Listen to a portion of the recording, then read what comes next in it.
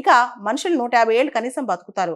Laboratories కూడా దీనికి సంబంధించి యాంటీ ఏజింగ్ రీసెర్చ్ చాలా చేస్తున్నాయి. రీసెంట్గా కూడా మనం చూసాం, సెప్టెంబర్ 3వ తారీఖున షీ జిన్పింగ్ మరియు పుతిన్ ఇద్దరు కూడా దీని గురించే మాట్లాడుకుంటున్నారు. లాంగివిటీ, మనిషికి దీర్ఘాయువు అంటే ఎక్కువ కాలం బతికే అవకాశం. దాంతోపాటు కొత్త మెడిసిన్ టెక్నాలజీలో కూడా బయోటెక్నాలజీ కూడా వచ్చేసింది. హెల్దీ లైఫ్ స్టైల్స్ పెరిగిపోయాయి కాబట్టి ఈజీగా మనుషులు 150 సంవత్సరాలు బతుకుతారని. రీసెంట్గా కూడా మనం చూస్తే 2-3 సంవత్సరాల క్రితం ఇస్రో మాజీ చైర్మన్ చెప్పిన వ్యాఖ్యలు మళ్ళా న్యూస్లోకి వచ్చాయన్నమాట. ఇస్రో మాజీ చైర్మన్ సోమనాథ్ గారు ఒక మాట అంటారు. హైదరాబాద్లో నేను ఒక మీటింగ్లో మాట్లాడుతూ, మనుషులు 200 సంవత్సరాలు బతికే టైం వచ్చేస్తుంది దగ్గరలో, ఈ శతాబ్దం చివరికల్లా అలాంటి రోజులు వచ్చేస్తాయని చెప్పి.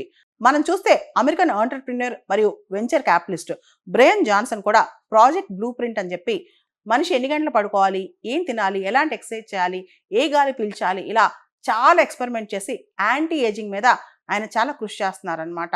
ఆయన పర్సనల్గా తనకు తానే యాంటీ ఏజింగ్ ప్రాసెస్లో ఉన్నారనమాట. ఇలా చాలా వరకు ఇప్పుడు ప్రపంచం మొత్తం కూడా యాంటీ ఏజింగ్ వైపు చూస్తుందన్నమాట. దానికి సంబంధించి పెద్ద పెద్ద రీసెర్చ్ ల్యాబొరేటరీసే రీసెర్చ్ చేస్తున్నాయంట. అంటే భవిష్యత్తులో ఇప్పుడు పుట్టిన వాళ్ళు చాలా మంది 150 ఏళ్ళు బతికే అవకాశం ఉందంట.